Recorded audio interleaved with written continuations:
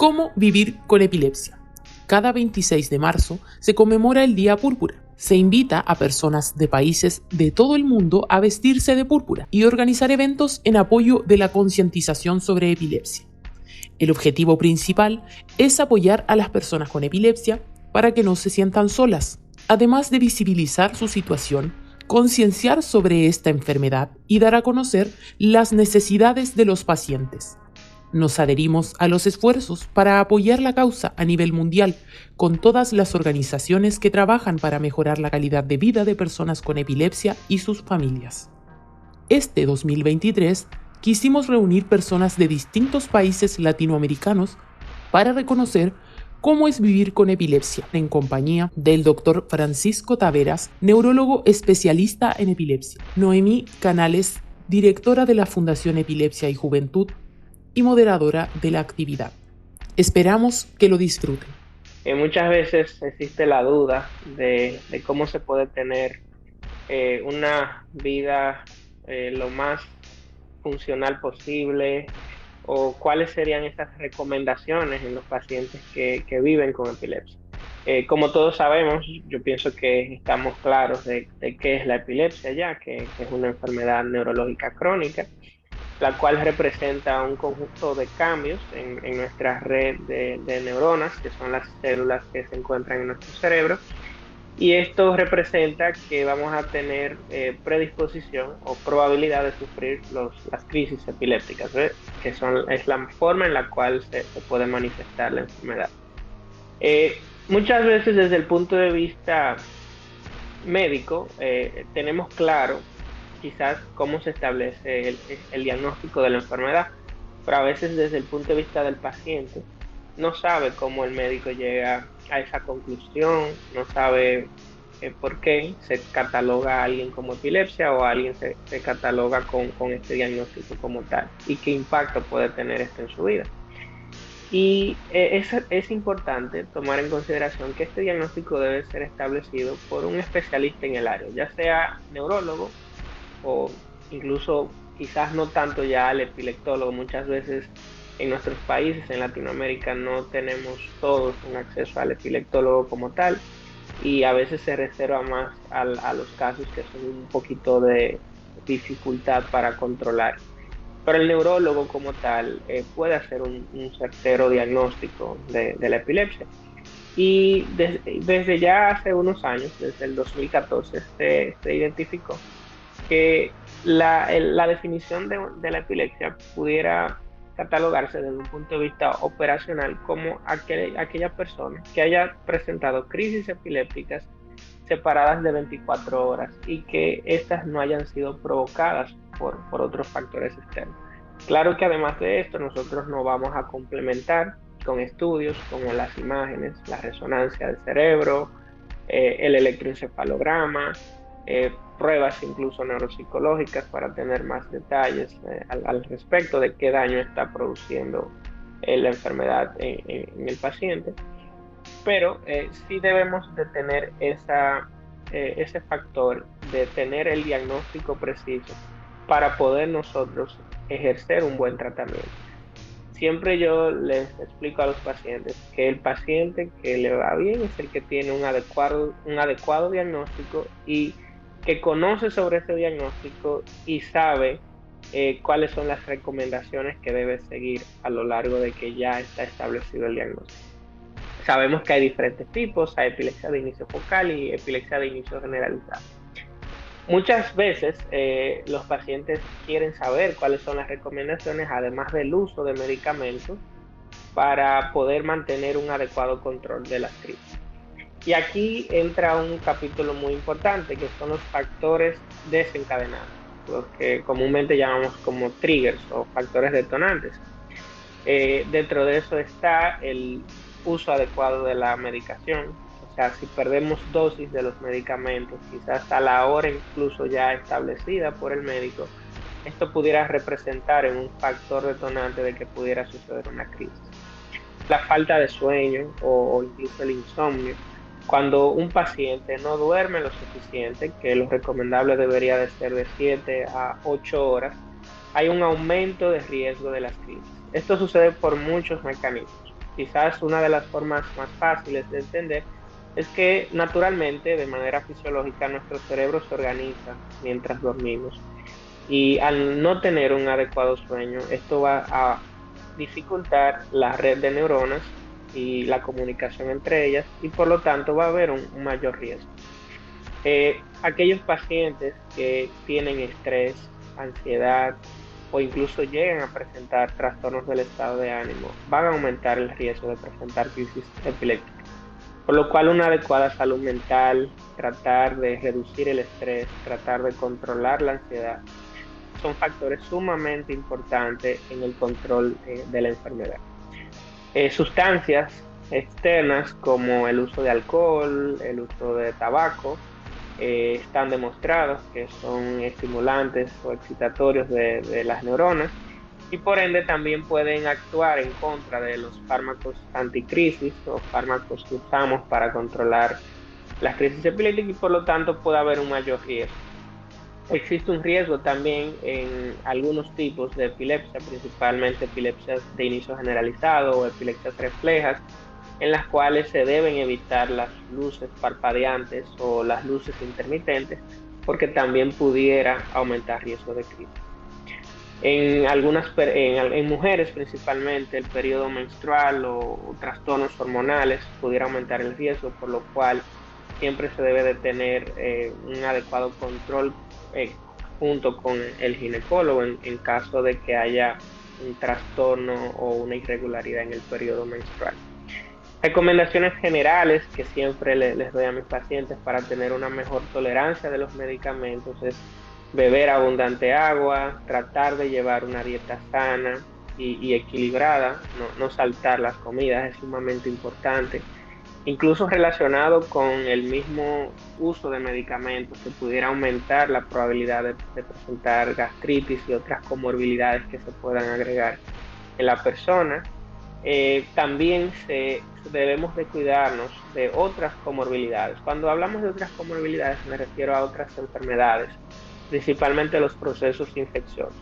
Es decir, debemos tratar de evitar contagiarnos de procesos gripales, incluso cuidarnos de los cambios climáticos en aquellos pacientes que tienen una predisposición a sufrir alergias, porque cualquier proceso que produzca un cambio en nuestro metabolismo, que provoca una descompensación, pudiera aumentar el riesgo de crisis y también pudiera aumentar la necesidad de usar otros medicamentos, que esos medicamentos interactúen con los fármacos anticrisis o que pudieran aumentar el riesgo de convulsionar, como son los antibióticos, los antialérgicos y betabloqueantes, que pudieran aumentar el riesgo de que una persona pueda presentar más riesgo de convulsionar. En cuanto al estilo de vida, muchas veces tenemos la pregunta de, doctor, ¿qué sucede con mi vida? No puedo conducir, no puedo salir solo, no puedo montar bicicleta, no puedo jugar un deporte. Desde el punto de vista en ciencias, en medicina basada en evidencia, el deporte ayuda, que es una de las preguntas que hacen muchos jóvenes. Ayuda en el sentido de que mantiene un control, de que ayuda a relajarnos más, a reducir el estrés, menos ansiedad, nos da mayor estabilidad, incluso desde el punto de vista cerebrovascular, y eso va a proporcionar pues una mayor estabilidad en la persona como tal. Ahora bien, hay que identificar factores de riesgo en las personas que viven con epilepsia, como tener cuidado o observación en cuanto a nadar. Yo no recomiendo porque nade solo, por ejemplo, en una piscina solo o en el mar, porque quizás podemos tener un buen control de la enfermedad, pero no sabemos si en algún momento pudiera haber un riesgo de crisis estando solo y pudiera pues tener un problema en el sentido de que si no está alguien que nos socorra, pues pudiera incluso hasta ahogarse. Entonces, hay un enunciado que muchas veces nosotros tomamos en consideración de cómo nosotros podemos identificar que una actividad es riesgosa para una persona con epilepsia. Y la forma más fácil de considerarlo es hacernos la pregunta, ¿qué pasaría si haciendo esta actividad yo tengo una crisis epiléptica? Mira, ¿Qué ven, pasaría? si yo tengo una crisis epiléptica conduciendo? ¿Qué pasaría si yo tengo una crisis epiléptica montando bicicleta? Entonces hay que tener cuidado, claro, pero no significa que vamos a tener una vida limitada en ese sentido. En relación al conducir, hay diferentes variantes, incluso desde el punto de vista legal. Se recomienda que la persona no haya tenido una crisis en los últimos 6 meses en algunos países, incluso en otros países de hasta 3 meses. En muchos países de Latinoamérica, en la gran parte, no hay una limitancia, pero sí como médico debemos de establecer esta recomendación porque pudiera poner en peligro no solamente la vida de la persona que va conduciendo, sino la de otra persona. Hay que tener cuidado con cocinar en cuanto a cocinar en el sentido de si tenemos crisis muy recurrentes, porque hay riesgo de tener una crisis estando solos y ocurrir un accidente con relación a quemaduras. También cuidado al bañar un bebé, por ejemplo, si se trata de que estamos ante un aumento de crisis reciente o pacientes que hacen crisis con mucha recurrencia. Eh, en otros tipos de epilepsia se recomienda evitar también las alturas que pudieran aumentar la probabilidad o un mayor riesgo de crisis. O sea que en ese sentido, hay puntos que debemos identificar siempre y tener cuidado en esa parte. Una recomendación también es sobre la comunicación que tenemos que tener con relación a sobre el diagnóstico de la enfermedad. Es decir, yo pienso siempre que es buena idea comentarle a nuestros amigos, a nuestros familiares, sobre el diagnóstico que tenemos y qué debemos de hacer si estamos presentes ante una crisis epiléptica. Porque es probable que en algún momento se presente una crisis y tu amigo o tu familiar que esté ahí no sepa qué hacer y pudiera poner incluso en riesgo o hacer cosas que quizás no necesites. Entonces, en este sentido, quizás podemos abrir el paréntesis de qué se hace en una crisis epiléptica. Yo siempre le comento al cuidador o a la persona con epilepsia que debemos de mirar primero lo que está alrededor del paciente, quitar los objetos de peligro, si tenemos la ropa apretada, desabrocharla, que aseguremos una adecuada respiración. Tenemos la opción de colocarlo de ladito o extender un poco la cabeza. Existe un mito o algo que es muy popular de colocar algo en la boca y se ha demostrado científicamente que no es factible hacerlo porque hay un mayor riesgo.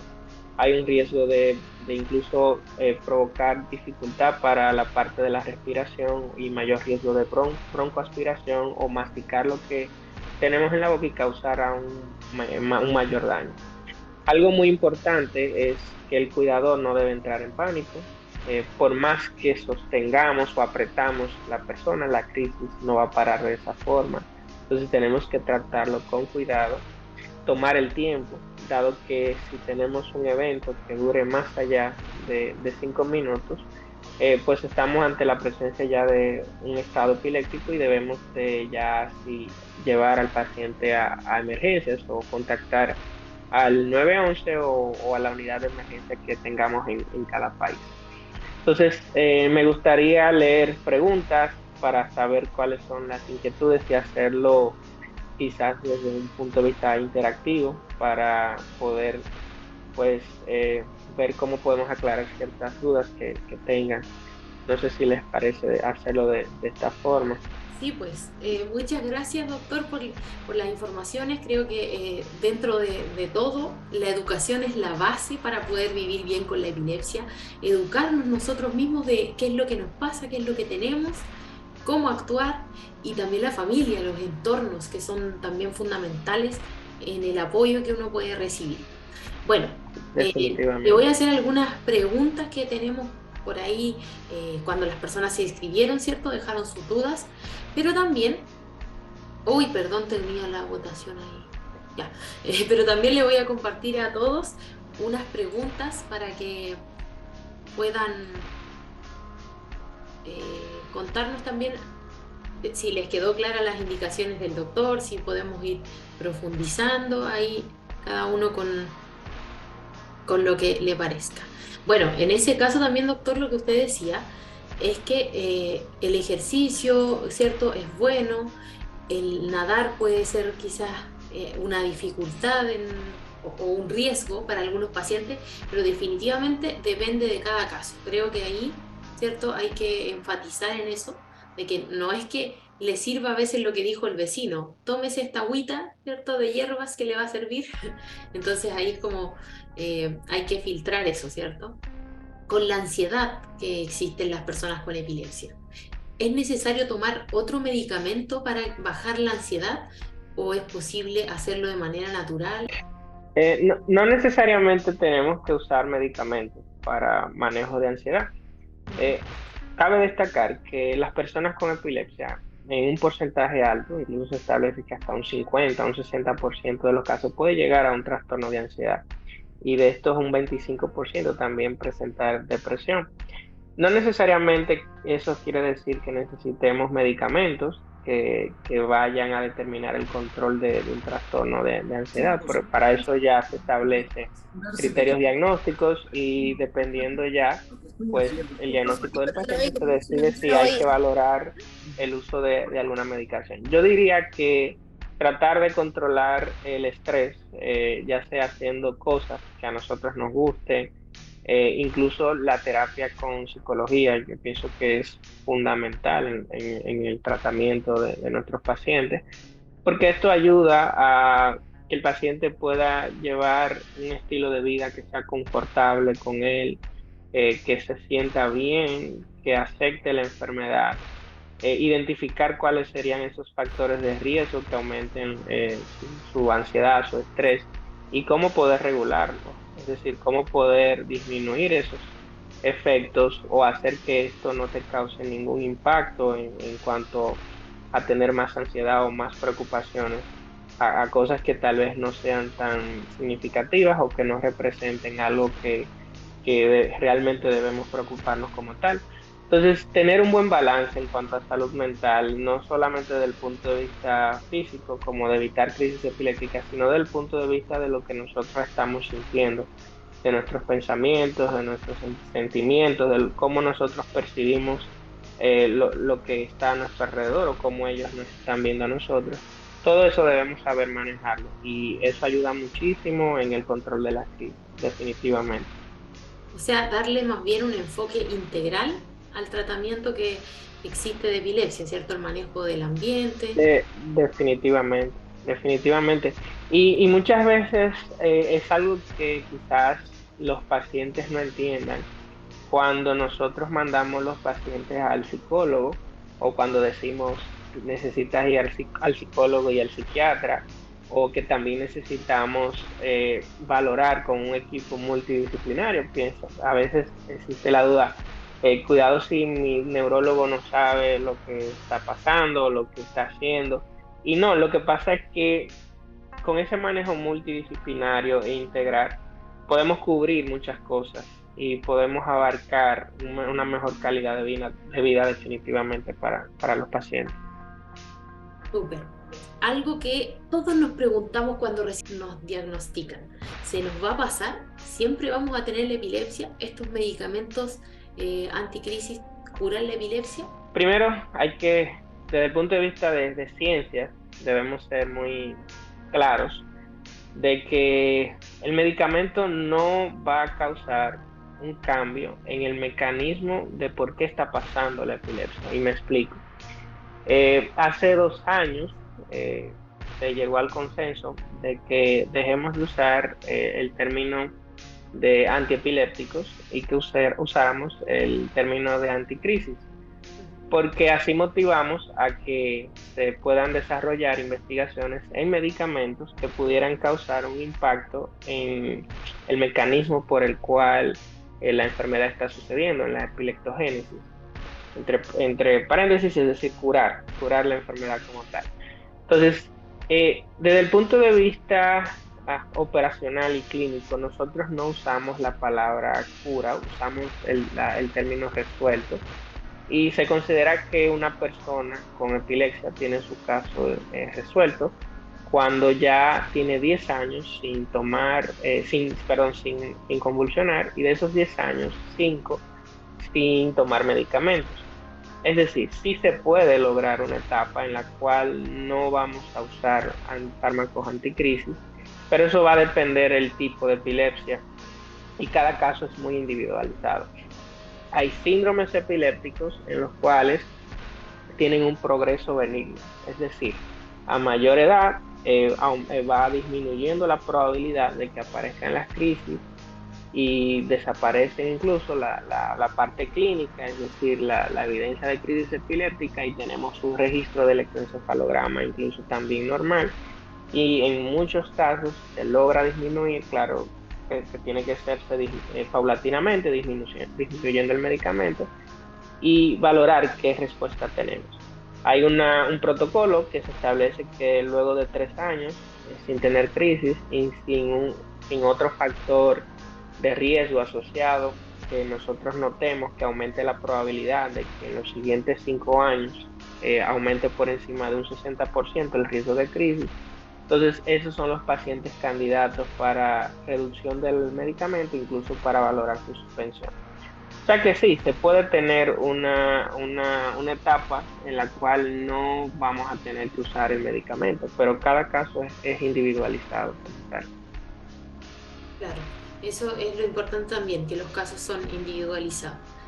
Porque también hay casos donde la persona, yo he sabido de casos, que la persona toma sus medicamentos, puede ser que no tenga buena adherencia al tratamiento, pero a veces no tienen crisis, no se presenta una clínica, pero al hacer el electroencefalograma aún hay actividad eléctrica alterada. Entonces eso también sucede. Bueno, la última pregunta que vamos a hacer por ahora es si todas las crisis implican un daño neurológico, o sea, aumentan mi deterioro cognitivo.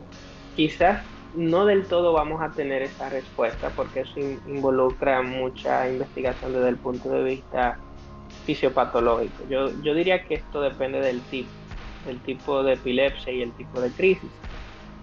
Cuando se hace la pregunta muy específica en cuanto a deterioro cognitivo. Cuando hablamos de deterioro cognitivo, estamos hablando precisamente de memoria o el impacto de la memoria, ya sea en la parte de la expresión, del entendimiento, comunicación, etcétera.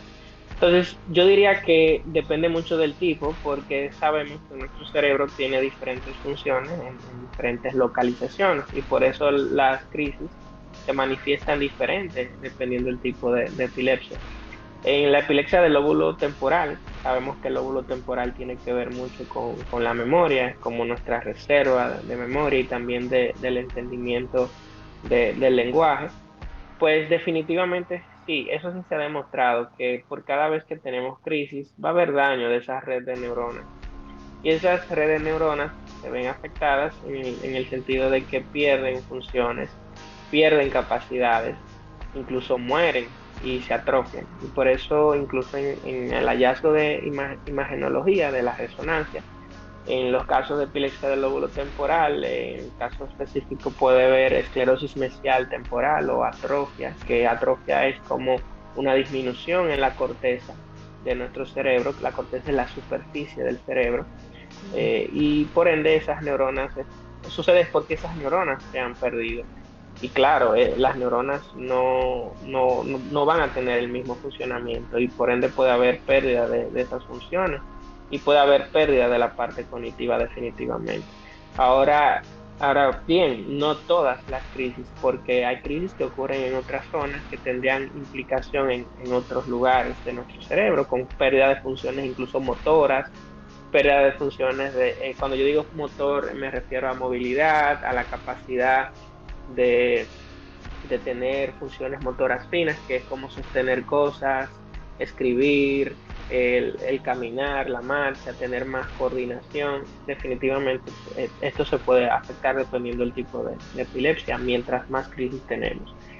Yo siempre digo que la epilepsia es como un ciclo, que si nosotros controlamos ese ciclo de las crisis repetitivas, vamos a tener definitivamente el mejor pronóstico, porque a mayor crisis sí vamos a tener más impacto. O sea, un buen diagnóstico implica un buen tratamiento y con los autocuidados correspondientes, una buena calidad de vida, ¿cierto? Definitivamente, definitivamente. Ya, pues muchas gracias, doctor. Le invitamos a quedarse de todas maneras porque vamos a discutir un poco lo que usted decía, que la epilepsia, ¿cierto? Hay que abordarla desde todos los puntos de vista. Esta actividad fue organizada por distintos representantes de grupos de apoyo. José Luis Navarrete desde España, Victoria Aguirre desde Medellín, Colombia, Noemí Canales desde Santiago de Chile, Edna Segura desde Bogotá, Colombia, y algunas instituciones asociadas a los mismos. Comunidad Familias Púrpura, Victoria sobre la Epilepsia y Fundación Epilepsia y Juventud Chile. Agradecemos el apoyo y participación el día de hoy. Esperamos verles pronto en una siguiente actividad para compartir y aprender juntos. Muchas gracias.